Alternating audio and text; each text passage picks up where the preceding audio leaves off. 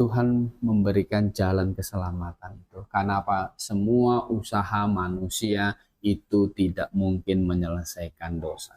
Jadi kalau ada orang di luar sana berpikir orang Kristen itu kasih persepuluhan, bayar persepuluhan supaya masuk surga, itu salah. Salah. Gitu kan? Ya nggak?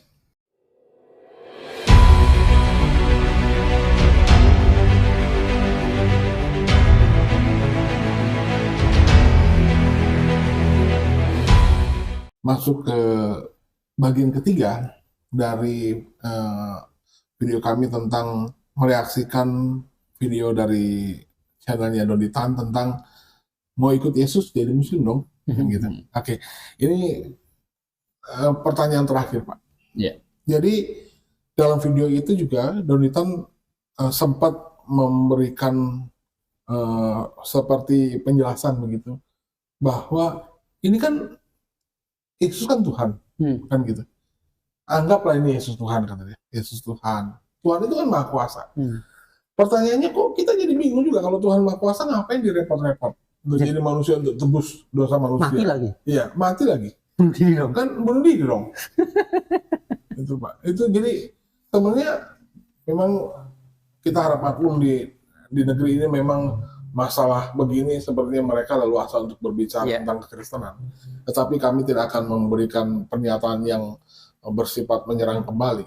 Tapi saya akan coba membahas masalah ini dalam kondisi yang kondusif dan nyaman. Dan tentu saja ini menurut Alkitab. Kita perlu wajib mempertahankan iman kita. Karena Alkitab juga mengajarkan seperti itu. Iya, kita wajib berapologet namanya kan gitu. Oke. Bagaimana tentang pemahaman yang seperti ini, Pak? Jadi artinya kenapa Yesus itu perlu repot-repot jadi manusia dan akhirnya mati? Kalau dia Maha Kuasa, dia repot-repot. Ya, dia tinggal dari langit, kan tinggal berfirman. Selamat manusia. Nah, selamat manusia kan gitu. Dan kalau dia udah berfirman gitu, kayaknya lebih afdol lah, Pak. Kalau dia berfirman, semua manusia selamat kan gitu. Ini selamat sedunia, Pak. Jadi kan masuk neraka ataupun juga. Kan gitu. Maunya begitu. Tetapi ini kan bicara maunya manusia. Ini kan bicara maunya manusia, dan karena memang bicaranya manusia, ya tentu juga kita nggak bisa paksa maunya Tuhan seperti apa. Kan? Tetapi kita perlu mengetahui, menggali di dalam Alkitab seperti apa sih kira-kira program keselamatan yang Tuhan sediakan bagi manusia. Benarkah Yesus itu seperti kita bilang apa namanya? Bunuh diri. Bukan, apa namanya Pak Yesus? Repot-repot. Repot-repot. Kenapa Yesus perlu repot-repot jadi manusia bahkan rela mati? Silakan Pak. Ya. Jadi kalau dibilang ada tadi Pak Yesus bilang Yesus kayak bunuh diri aja gitu ya. Sebenarnya begini. Gitu. Kalau bunuh diri itu adalah ada kebencian kepada diri, entah kondisi malu, kecewa, kan gitu. Kemudian nggak ada harapan lagi, maka orang ada gantung diri segala macam. Gitu. Tetapi Yesus Kristus itu dia itu bukan membenci diri dia atau kecewa dengan hidup di dunia ini jadi nggak ada harapan, begitu, bukan. Satu perkataan Tuhan Yesus di atas kayu salib itu sudah selesai. Ini penting ini. Sudah selesai. Maksudnya apa ini? Ini adalah membicarakan satu pekerjaan yang sudah diselesaikan. Jadi pekerjaan apa? Jadi pekerjaan menyediakan jalan keselamatan untuk manusia yang sudah berdosa. Sudah selesai. Dosa sudah dijatuhin hukuman, sudah diterima, jadi sudah tersedia keselamatan untuk manusia. Tinggal yang percaya akan selamat, yang tidak percaya tidak. Kan begitu. Kenapa ini adalah pekerjaan yang hanya Allah bisa selesaikan? Kalau kita balik di Taman Eden, Kalau misalnya gini, Adam sudah jatuh ke dalam dosa, ya kan? Kemudian Allah akan berkata begini, ya sudah Adam, nggak apa-apa, kamu masuk surga saja. Gitu. Kira-kira Allah akan menyalahi hukumnya sendiri? Menyalahi sifatnya sendiri juga bisa, Pak. Ya, nggak konsisten kan? Iya. Gitu. Katanya kan dia berkata, kalau kamu makan, Kamu mati. kamu mati. Ya, nih. Kalau kamu berdosa, kamu dihukum. Kan begitu. Adam mengerti ini, maka dia sangat ketakutan waktu jatuh ke dalam dosa, tahu dirinya telanjang kan, dia sembunyi. Jadi kalau Allah bilang Adam yang lagi ketakutan itu kan, itu pasti kan Adam sudah menyesal itu, ya nggak? Menyesal dia sudah makan itu. Kalau dibilang Adam itu sudah bertobat nggak di situ? Menyesal sudah berbuat dosa, melanggar makan buah pohon pengetahuan itu, menyesal nggak? Menyesal, dia ketakutan kok. Gitu. Dia takut dihukum kok. Maka dia sembunyi. Gitu. Kenapa Allah nggak bilang, Adam, ya sudah, nggak apa-apa, lupain aja. Udah selesai lah. Udah selesai aja. Gitu. Saya kan maha kasih. Iya. Itu kan melanggar hukumnya sendiri. Gitu. Nggak bisa. Gitu kan. Allah itu adil. Gitu. Kalau dia sudah bikin hukum, ya kan, yang salah, yang melanggar, ya harus dijatuhin hukuman. Allah nggak bisa disuap. Gitu. Jadi pengertian Allah Maha Adil ini bukan pengertiannya secara adil membagi-bagi rezeki, Pak ya. Nah, tapi adil di sini adalah Allah yang akan mengadilin setiap pelanggaran yang dilakukan oleh manusia, bukan dibagi-bagi rezeki ya. Soalnya di luar sana banyak begitu. Allah kan adil, kan? Maka rezeki dia bagi-bagi bukan. Jadi pengertian Allah Maha Adil ini dia akan menghukum setiap kesalahan manusia. Nah, kenapa hukumannya itu mati? Ya kan? Hukuman dosa itu mati. Karena itu adalah pelanggarannya berat. Gitu. Jangan kamu makan, gitu. Kalau makan kamu mati. Itu kan sebenarnya kalau makan berarti kan sengaja lawan Allah, ya enggak? Sebenarnya Allah langsung bisa sentil Adam mati masuk neraka, itu enggak masalah. Dan Allah juga tidak salah, Pak. Tidak salah. Bikin lagi manusia baru misalnya. Bikin lagi manusia baru bisa. Tetapi Allah itu juga sangat mengasihi manusia. Karena Adam dan Hawa waktu di Taman Eden itu, ya kan, mereka jatuh ke dalam dosa. Itu bukan inisiatif dari hatinya muncul mau langgar.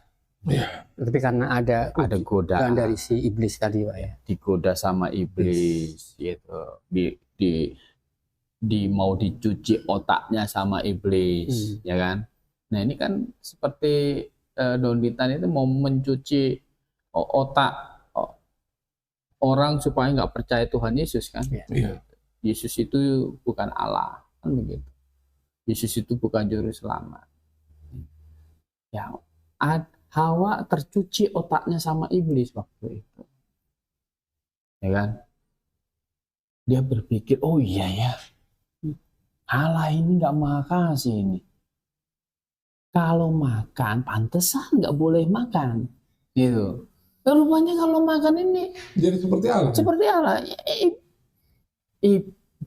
Ketika dia makan, berarti dia lebih percaya iblis daripada Allah. Gitu. Ini dosanya besar nggak? Ya besar lah. Gitu. Tetapi kasih Allah yang besar itu akhirnya memberikan jalan keselamatan. Nah inilah yang diselesaikan Tuhan Yesus di atas kayu salib. Begitu. Penyediaan jalan keselamatan untuk Adam dan keturunannya. Termasuk kita, Pak. Termasuk kita. Kan nggak ada manusia di luar dari Adam, kan gitu. Jadi semua manusia keturunan Adam kalau mau masuk surga itu adalah lewat jalan yang Tuhan sudah kasih kepada Adam. Berarti apa yang dipahamin selama ini, Johnny katakan kenapa Tuhan kok repot-repot datang mati lagi. Nah, padahal kalau kita pahamin dengan kehadiran Tuhan datang ke dunia ini menggantikan hukum atas dosa manusia, itu justru membuktikan keadilan Allah dan kasih Allah, Pak. Betul. Seharusnya dipahami seperti itu. Iya. Jadi itu untuk menyediakan jalan keselamatan untuk manusia. Maka sebenarnya begini, kalau ada jalan yang manusia sendiri bisa buat, ya kan, untuk menyelesaikan dosa, maka nggak perlu Allah memberikan jalan keselamatan. Kalau manusia bisa. Kalau manusia bisa. Dari sinilah kita mengerti bahwa sebenarnya tidak ada amal bisa menyelesaikan dosa kita. Tidak ada ibadah bisa menyelesaikan dosa kita. Tidak ada upacara bisa menghapus dosa kita. Semua amal kita itu tidak akan bisa membereskan dosa kita.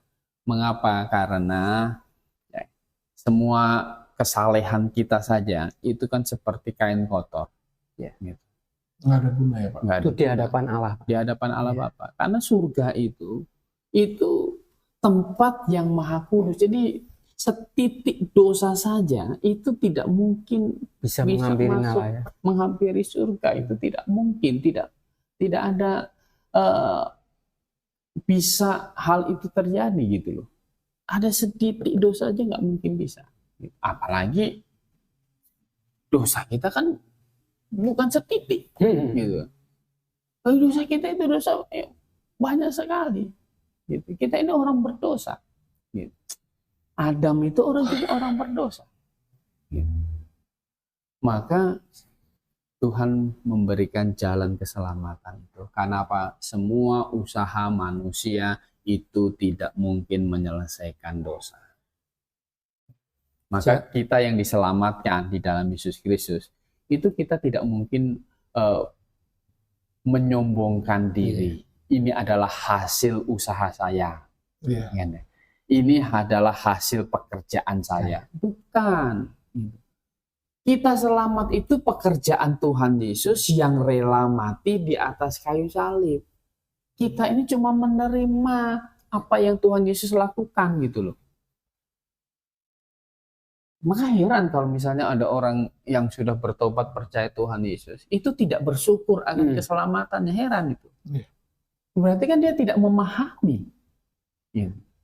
Kalau ada orang yang mengaku sudah percaya, bertobat percaya Tuhan Yesus, tidak mengasihi Tuhan Yesus, itu juga mengherankan gitu. Maka Rasul Paulus bilang terkutuklah orang yang tidak mengasihi Tuhan. Kita diselamatkan bukan usaha kita bukan bayar apa-apa. Gitu.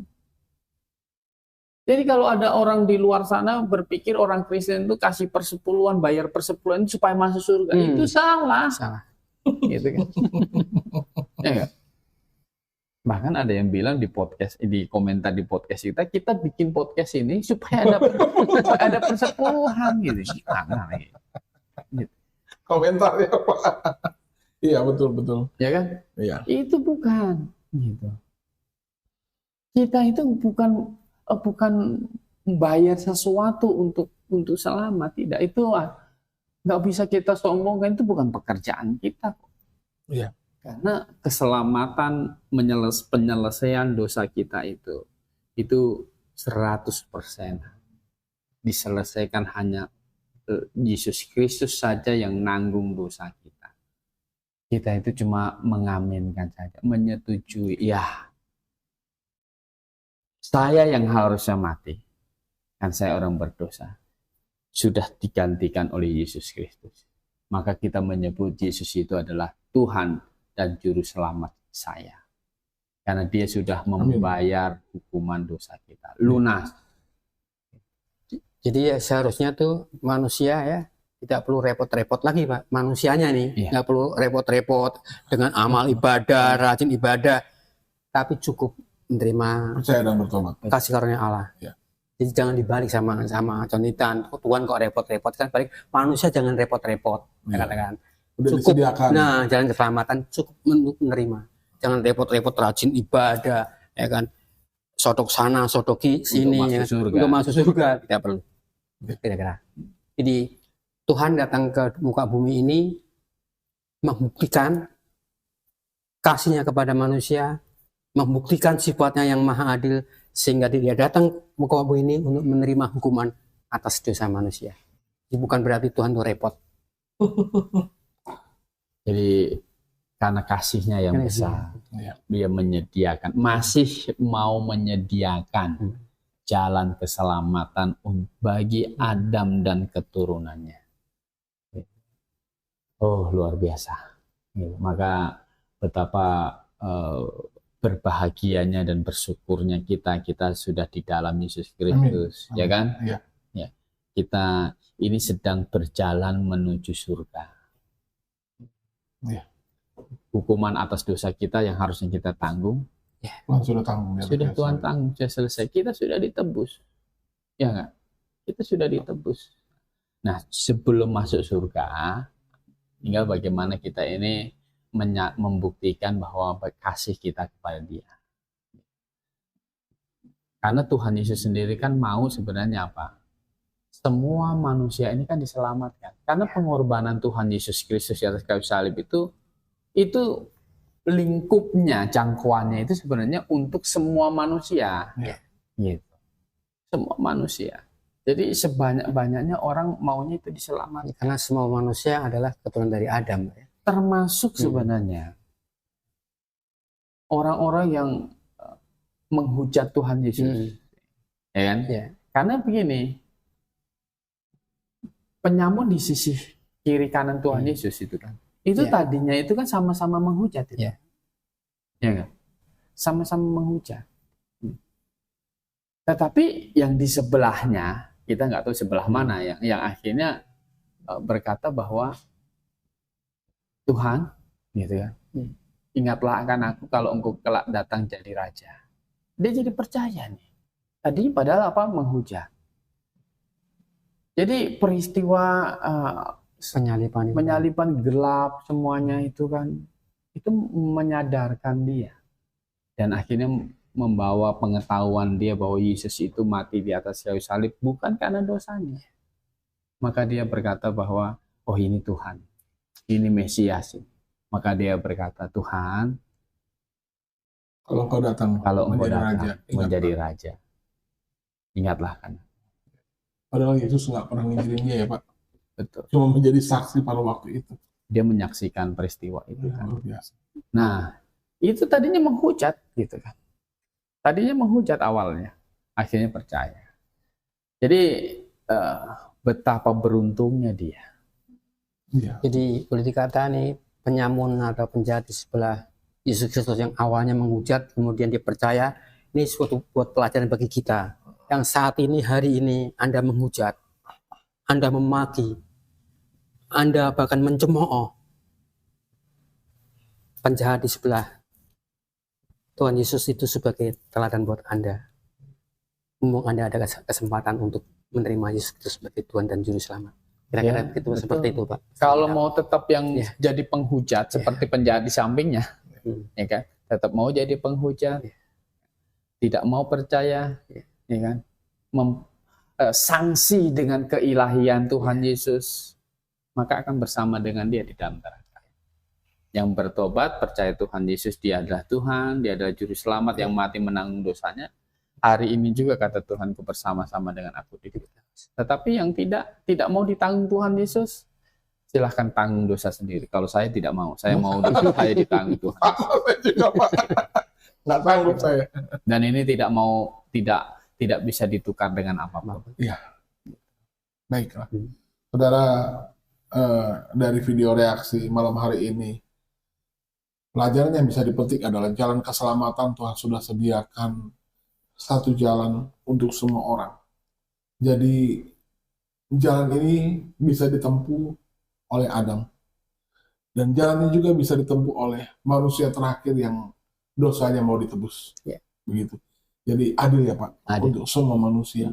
Dan itu hanyalah lewat percaya kepada Yesus yang adalah Allah yang menjadi manusia, mati di atas kayu salib, dan demi dosa-dosa kita, dia menerima hukuman atas segala dosa. Amin.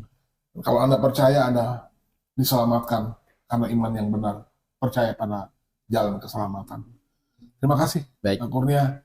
Kami tetap berharap dan berdoa supaya apa yang kami lakukan selama ini bisa membuka mata rohani Anda dan menuntun Anda kepada keselamatan. Karena banyak sekali komentar yang miring, yang sekiranya seperti memberikan tuduhan yang palsu kepada kami bahwa demi mencari keuntungan lah, demi mencari popularitas, tidak. Karena kami melakukan ini demi melayani Tuhan.